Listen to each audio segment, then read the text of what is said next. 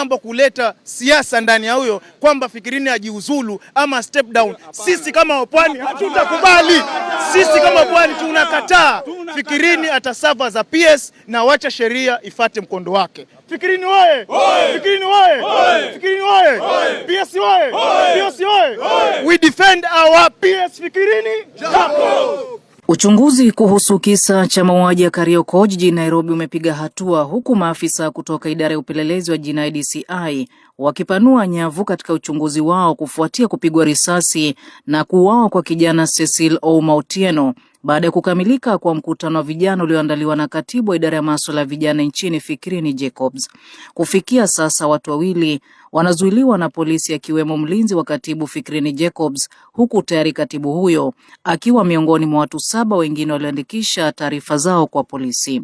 Ripoti ya uchunguzi wa maiti uliofanyika jana ulionyesha kuwa Cecil alipigwa risasi moja iliyomuingia kifuani mwake kupitia mapafu na kusakama kwenye uti wake wa mgongo na kumfanya kuvuja damu kupita kiasi. Bunduki za walinzi wa Fikirini Jacob sasa ziko mikononi mwa maafisa hawa wa DCI kubaini nani aliyefyatua risasi hiyo iliyomtoa uhai Ouma.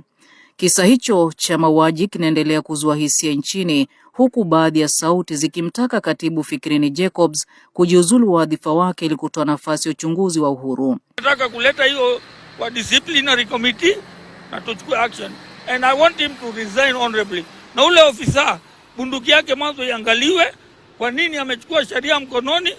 Hata polisi, jameni, polisi, you are there to protect life and security. Una protect life na unaweka mtu kwa gari kisha ati hii ni protection na mnamua. The bullet that took away the life of our brother has been obtained. We are asking IPOA, do not handle this case the same way you are handling Rex Masai's case, where you come back and say that there is no evidence.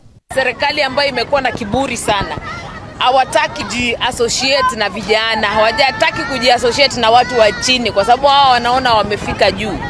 They decided to shoot at him, and this boy was not armed. So I don't know by now why the PS has not been sacked.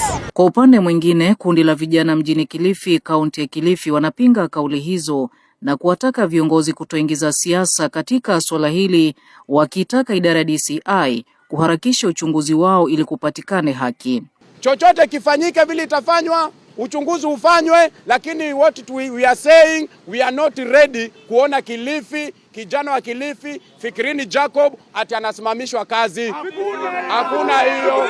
Hatuwezi kuruhusu maafa kama haya yatokee tena kesho ama kesho kutwa, lakini kwa sababu ni mambo ambayo yalitokea na hata kila mtu aliona video ile circulate kila mahali, mtafaruku ulikuwa hapo, hatuwezi tukakubali kitu kama hiyo. Lakini tuko hapa sisi kama vijana wa Pwani kwamba yule ni kijana wetu wa nyumbani, aendelee kufanya kazi na mambo yale hatajirudia tena. Tuko hapa kumsupport kijana wetu PS Fikirini. Vijana wote ambao wa Kilifi County na wa Pwani kwa jumla, sote tumeamua kushirikiana tuhakikishe kwamba Fikirini Jacob hawezi tolewa kwa ile kiti, kwa sababu hiyo ndo kiti ambayo sisi wa Pwani tumepewa, na hiyo kiti imebeba vijana wote wa Pwani nzima.